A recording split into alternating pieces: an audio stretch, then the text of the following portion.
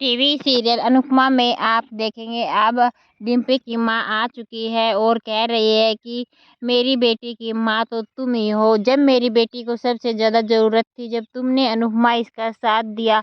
बेटी तो सब बोलते लेकिन बेटी को कोई भी अपना नहीं मानता, लेकिन तुमने मेरी बेटी को अपना माना और उसके हर कदम पे साथ खड़ी रही। उसकी माँ तो तुम ही हो।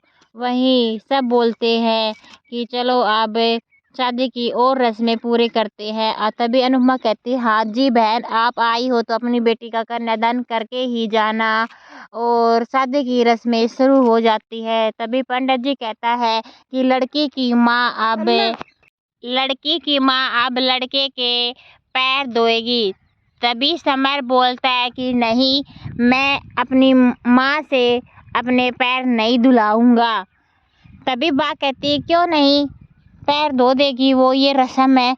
अगर बा रस्म है तो मेरे पैरों पर थोड़ा पानी डाल दो, लेकिन हाथ मत लगाओ, क्योंकि बड़ों का काम होता है हमेशा आशीर्वाद देना और छोटों का काम होता है हमेशा पैर छूना।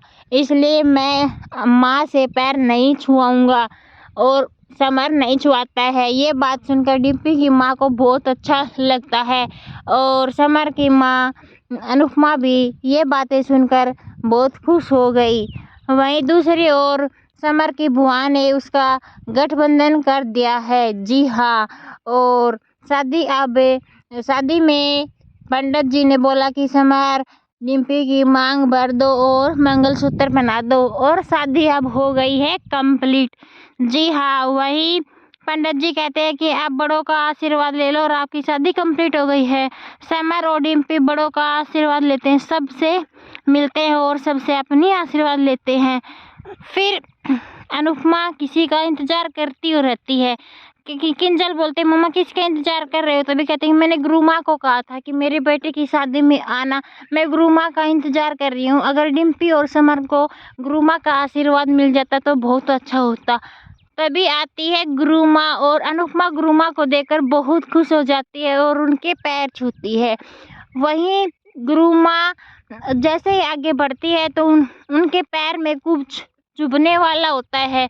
तभी वहाँ पर अनुज अपना हाथ रख लेता है और गुरुमा का हाथ अनुज के कंधों पर रखा